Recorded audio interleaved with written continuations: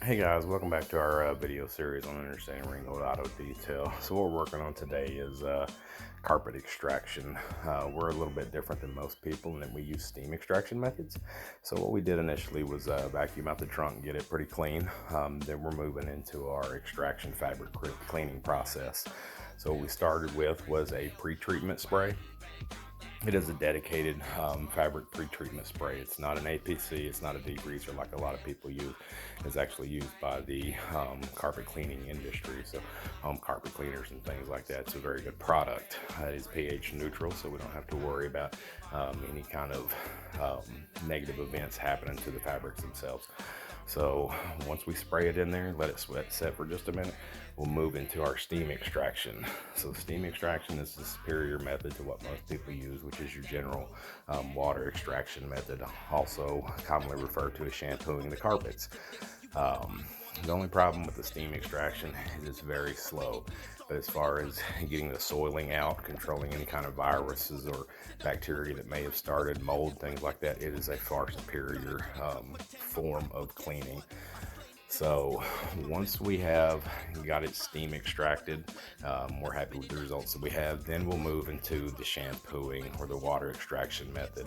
It's one pull with water, a push, and that's it. We'll come back later and clean up any kind of residual water that may have been left behind.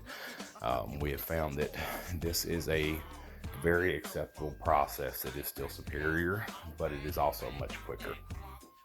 So after we have got everything steam extracted, then we go with this water extraction, and that allows us to get any kind of residual contaminants up, as well as any kind of cleaning products that may have been left behind. So what we want to see is pure clean water coming up through there. We don't want to see any kind of soap. So that little section that I'm working on a little bit extra there was a spillage of some sort. It felt like a degreaser. It's very oily. Degreasers are used commonly in the automotive industries for cleaning your fabrics. The drawback is that stuff is almost impossible to get out. It is very, very hard to get out. You can go over it time and time and time and time again. We see it a lot with vehicles that come in that have been to other detailers. Once you get it wet, it'll reactivate that product, and it's the same throughout.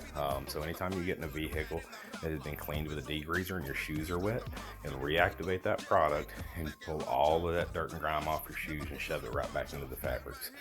So once we're done with all the extraction, we'll go in and vacuum up anything that may have been knocked loose, then give it a couple pulls with another vacuum attachment head, and that is a job done and done well.